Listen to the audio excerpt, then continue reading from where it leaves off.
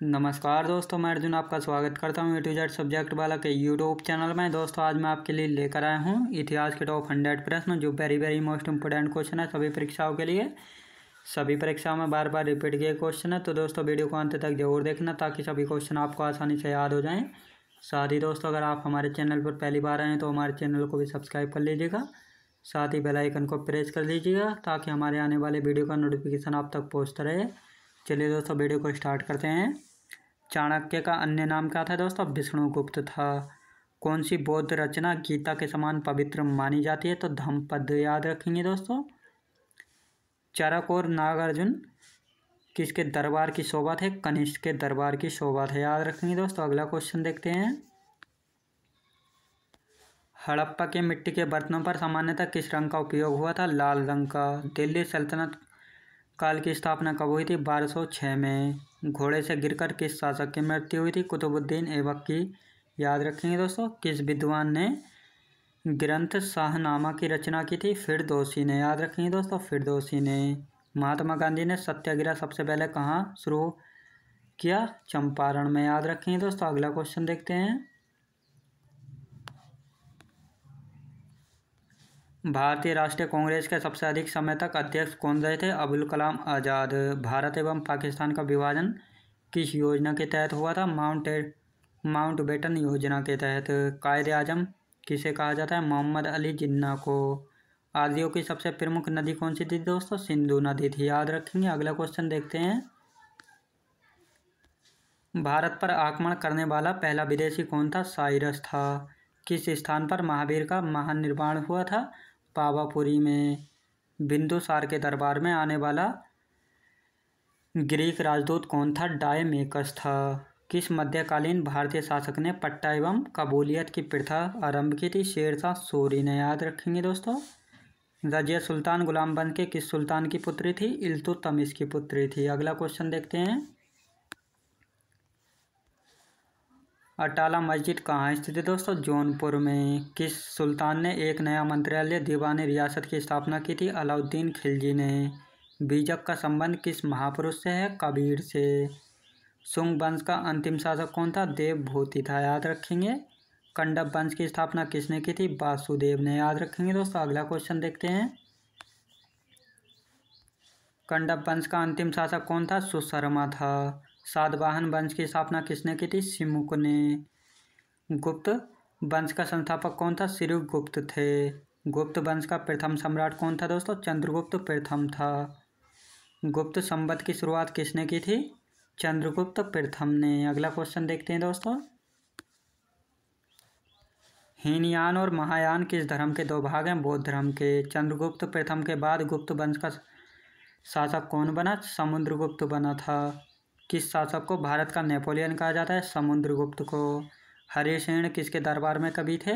समुद्रगुप्त के दरबार में। कनिष्क किस वंश का शासक था? कुषाण वंश का, याद रखेंगे दोस्तों। अगला क्वेश्चन देखते हैं। किसे भारत का आइंस्टीन कहा जाता है? नागार्जुन को। माध्यमिक सूत्र की रचना किसने की थी? नागार्जुन ने। नालंदा विश्वविद्यालय की स्थापना किसने की थी? कुमारगुप्त प्रथम ने। किस व्यक्ति को बिना ताज का बादशाह कहा जाता है? सुरेंद्रनाथ बनर्जी को, याद रखेंगे दोस्तों। अगला क्वेश्चन देखते हैं। हड़प्पा काल में तांबे के रथ की खोज किस स्थान से हुई थी? दैमाबाद से हुई थी, जो कि महाराष्ट्र में स्थित है। महावीर स्वामी यति कब कहलाए थे? घर त्यागने के बाद। मोहनजोदड़ो के स्नानगार के पश्चिम में स्थित स्तूप का निर्माण किस काल में किया गया था? कुषाण काल में। सिंध का बाग या मृतकों का टीला हड़प्पा सभ्यता के किस पूरा स्थल में को कहा गया था? मोहनजोदड़ो को कहा गया था, याद रखेंगे दोस्तों। अगला क्वेश्चन देखते हैं। ऐसा कौन सा प्रथम सूफी साधक था जिसने अपने आप को अनलहक घोषित किया था? मंसूर हल्लाज ने। हिंदुस्तान तलवार के जोर पर जीता गया था, यह कथन किसका है? लॉर्ड एल्गिन द्वितीय का। विष्णु के 10 अवतारों की जानकारी का स्रोत किस पुराण में है? मत्स्य पुराण में है। अगला क्वेश्चन देखते हैं। बौद्ध धर्म की किस शाखा में मंत्र, हठ, योग एवं तांत्रिक आचारों को प्रधानता दी गई? ब्रजयान में। प्रसिद्ध विजय विट्ठल मंदिर जिसके 56 तक्षित स्तंभ संगीत मद स्वर निकालते हैं कहाँ स्थित है? हम्पी में। चित्तौड़ के कीर्ति स्तंभ का निर्माण किसने करवाया था? राणा कुंभा ने। इंडिया डिवाइडेड नाम की पुस्तक के लेखक कौन है दोस्तों? डॉक्टर राजेंद्र प्रसाद हैं। याद रखेंगे दोस्तों। अगला क्वेश्चन देखते हैं। शेरशाह के बाद और अकबर से पहले दिल्ली पर राज करने वाले पहले हिंदू राजा का नाम क्या था? हेमू था। आर्य शब्द का शाब्दिक अर्थ क्या है दोस्तों? श्रेष्ठ या कुलीन। चरक संहिता नामक पुस्तक किस विषय से संबंधित है? चिकित्सा से। दुबला हाली प्रथा कहाँ प्रचलित थी दोस्तों? सूरत में प्रचलित थी। याद रखेंगे दोस्तों। अगला क्वेश्चन देखते हैं। 1936 में केंद्र तथा राज्यों के बीच वित्तीय संबंधों के विषय में सुझाव के लिए समिति का गठन किया गया था। मेयर समिति। शाही आयोग कब और किस क्षेत्र के लिए गठित किया गया था? 1928 में कृषि क्षेत्र के लिए। दादा भाई नौरोजी के धन निष्कासन के सिद्धांत को भारतीय राष्ट्रीय कांग्रेस ने कब और किस अधिवेशन में स्वीकार किया? 1896 कोलकाता अधिवेशन के तहत। अगला क्वेश्चन देखते हैं। द्वितीय आंग्ल मैसूर युद्ध के समय गवर्नर जनरल कौन था? वारेन हेस्टिंग था। किसकी अत्यंत प्रिय युक्ति थी? भेड़ की तरह एक लंबी जिंदगी जीने से कहीं बेहतर है शेर की तरह एक दिन जीना। टीपू सुल्तान की युक्ति थी। रणजीत सिंह ने किस स्थान पर अधिकार करने के बाद महाराजा की उपाधि धारण की थी? लाहौर पर। अगला क्वेश्चन देखते हैं। रणजीत सिंह एवं अंग्रेजों के बीच हुए अमृतसर की संधि 1809 ईस्वी में किस नदी के दोनों राज्य क्षेत्रों के बीच सीमा निर्धारित की गई? सतलुज नदी। याद रखेंगे दोस्तों। समाचार पत्रों की समीक्षा के लिए गठित प्रेस कमेटी में अध्यक्ष कौन थे? तेज बहादुर स्प्रू थे। इंडिया विंस फ्रीडम किसकी आत्मकथा है? अब्दुल कलाम आज़ाद की। याद रखेंगे दोस्तों। अगला क्वेश्चन देखते हैं। सहायक संधि के संबंध में किसने हमारी नीति और हमारे लक्ष्य ने भारतीय राज्यों को शून्य की स्थिति में पहुंचा दिया था? लॉर्ड वेलेस्ली ने। भारत में सहायक संधि का जन्मदाता या आविष्कारक था? डुप्ले था। ए कोड ऑफ हिंदू लॉ के नाम से किस संस्कृत ग्रंथ का सर्वप्रथम अंग्रेजी में अनुवाद हुआ था? मनुस्मृति का। गीत गोविंद अंग्रेजी में अनुवाद किसने किया था दोस्तों? विलियम जेम्स ने किया था गीत गोविंद का अंग्रेजी में अनुवाद। अगला क्वेश्चन देखते हैं। फोर्ट विलियम कॉलेज की स्थापना 1800 में किसने की थी? लॉर्ड वेलेस्ली ने की थी। श्यामलाल पार्षद द्वारा रचित विजय विश्व तिरंगा प्यारा गीत कांग्रेस के किस अधिवेशन में गाया गया था? कानपुर अधिवेशन 1925 के तहत। किस अधिनियम में पहली बार कांग्रेसी कार्यकर्ताओं हेतु खादी पहनना अनिवार्य किया गया? गुवाहाटी अधिवेशन 1926 के तहत। अगला क्वेश्चन देखते हैं। भारतीय राष्ट्रीय कांग्रेस के साथ इंडियन एसोसिएशन का विलय कब हुआ था? 1886 ईस्वी में। उदारवादियों की कार्य पद्धति को किसने भिखमंगी राजनीति की संज्ञा दी? बिपिन चंद्रपाल ने।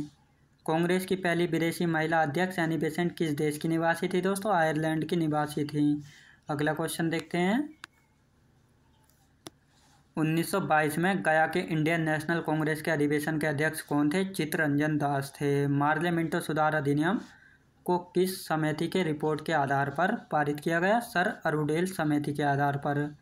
1935 के अधिनियम द्वारा स्थापित संघ के अपशिष्ट शक्तियां किसको दी गई थी? गवर्नर जनरल को। अगला क्वेश्चन देखते हैं। किसने कहा था कांग्रेस आंदोलन ना तो लोगों द्वारा प्रेरित था ना ही यह उनके द्वारा सोचा या योजनाबद्ध किया गया था? सर सैयद अहमद खान ने कहा था। निम्नलिखित में से किसने 1906 के भारत के राष्ट्रीय कांग्रेस के कलकत्ता अधिवेशन में दादा भाई नौरोजी के अध्यक्षीय भाषण को उनके बदले में पढ़ा था? गोपाल कृष्ण गोखले ने। भारतीय राजनीति में प्रवेश के पूर्व 1 वर्ष तक देश में पर्यवेक्षक एवं विद्यार्थी के रूप में रहने की सलाह गांधी जी को किसने दी थी? गोपाल कृष्ण गोखले ने दी थी। याद रखेंगे दोस्तों। अगला क्वेश्चन देखते हैं। यंग इंडिया नामक पत्रिका का संपादन महात्मा गांधी जी ने कब किया था? 1919 में। महिलाओं को वोट देने का अधिकार किस अधिनियम के द्वारा पारित किया गया? भारत परिषद अधिनियम 1935 के द्वारा। मुसलमानों की पृथक मताधिकार तथा पृथक निर्वाचन क्षेत्र की व्यवस्था की गई? मार्ले मिंटो सुधार अधिनियम 1909 के तहत। अगला क्वेश्चन देखते हैं। महात्मा गांधी अपने राजनीतिक गुरु के रूप में किसे मानते थे? गोपाल कृष्ण गोखले को। मानव का ना कोई धर्म है, ना कोई जाति और ना कोई ईश्वर है, यह कथन किसने दिया था? राजराजन ने। पिछड़े वर्गों का उत्थान किस का मुख्य कार्यक्रम था? सत्यशोधक समाज का। उलगुलान विद्रोह किससे जुड़ा था दोस्तों? बिरसा मुंडा से। याद रखेंगे दोस्तों। अगला क्वेश्चन देखते हैं। निम्नलिखित में से किसने अछूतों को मंदिरों में प्रवेश कराने तथा सार्वजनिक कुओं से पानी भरने के लिए नागरिक अधिकारों की प्राप्ति के लिए महार आंदोलन चलाया था? डॉक्टर BR अम्बेडकर जी ने।